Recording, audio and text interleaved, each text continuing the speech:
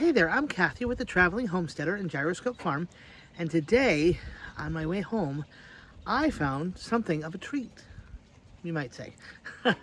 So, I ended up finding this big old pile of eucalyptus that was put by the side of the road. Somebody picked and bound it all up, and I thought I'd share with you some of the things that I'll be making with this eucalyptus. And I might break it up into a couple of videos so it's not so long.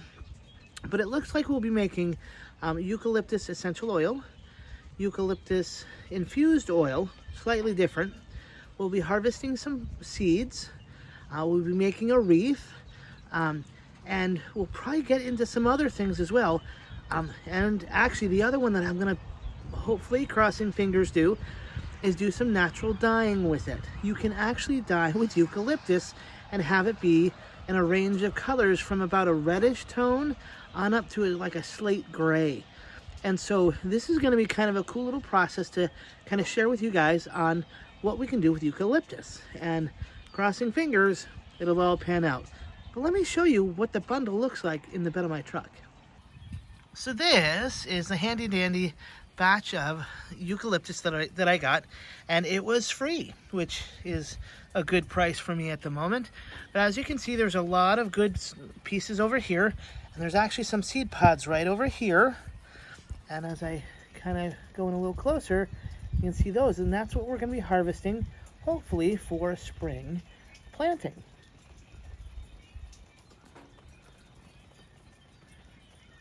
Hey there, so now that we got the big old bundle of eucalyptus inside to work on, because it was raining outside, I'm going to break this down into some parts so that I can do some other things with it. And I'll probably end up condensing this down to a brief video and I'll do a couple of other videos to show you all the things that I'm going to do with all this eucalyptus. In part because there's a whole ton of stuff you can do with eucalyptus that's kind of fun. And I didn't want to overwhelm people with one kind of long video. So what we're going to do today is kind of break down the bundle so that we can do, we can collect the seeds. We'll do two things today mainly. Collect the seeds and break down the bundle so we can use it for other projects. One of the other projects that we're going to do is know the difference between essential oil and infused oil, because there is a difference.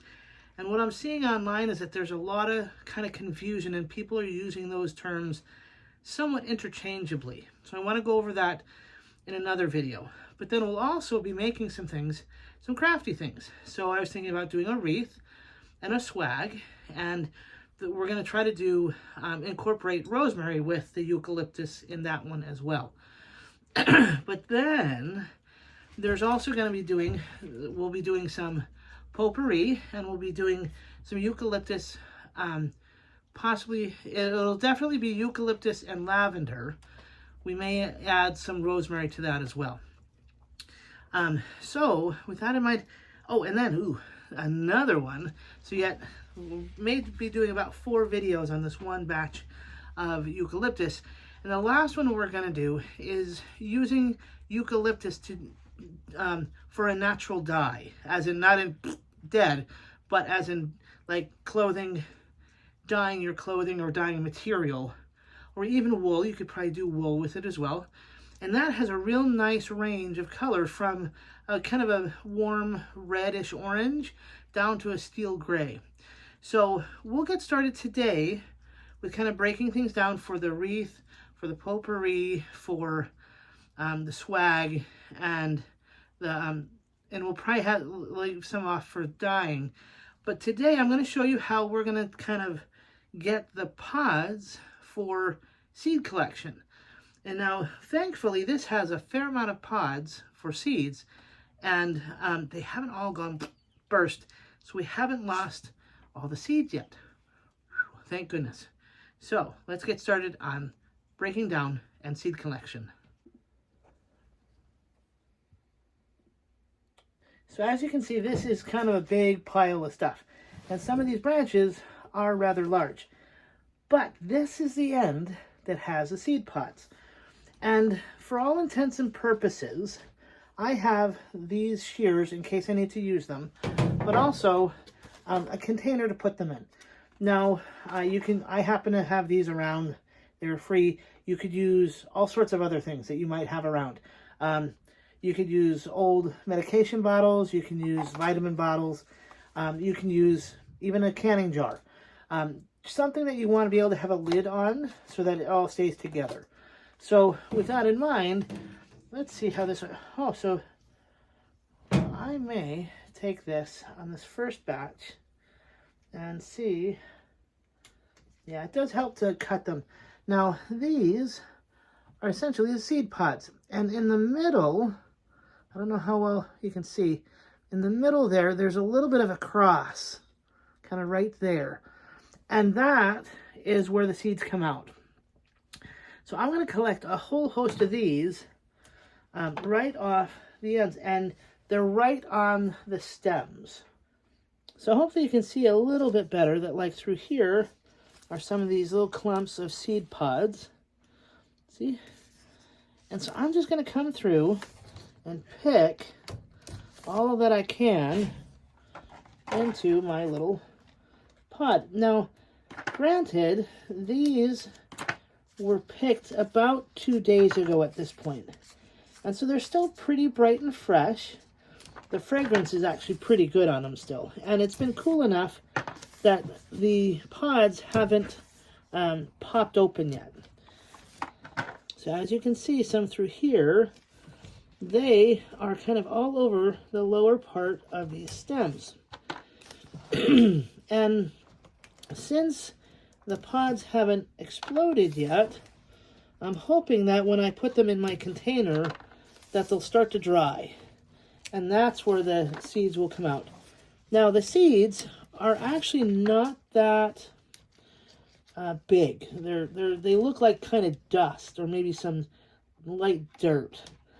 And so when they come out in my container, I'll be able to kind of identify them once the pods have dried and have opened up.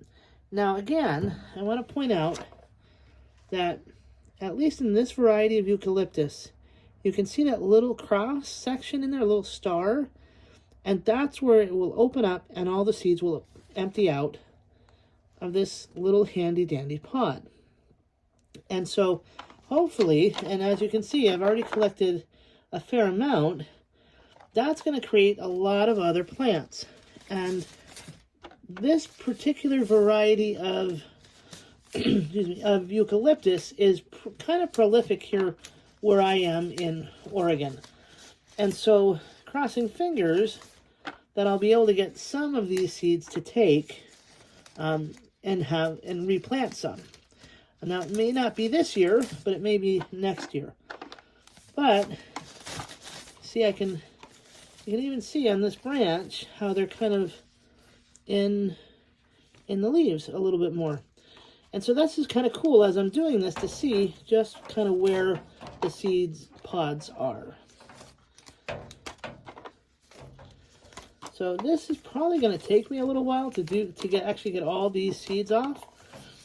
So I won't bore you with all of it. But with some of this, I will be using in a variety of different ways. In fact, with this particular branch, it reminds me, the other thing I wanted to do is take some fresh eucalyptus and put it in my bathroom to help with when steam comes in contact with eucalyptus. It helps give off some of the good properties and excuse me, and help you breathe a little bit better.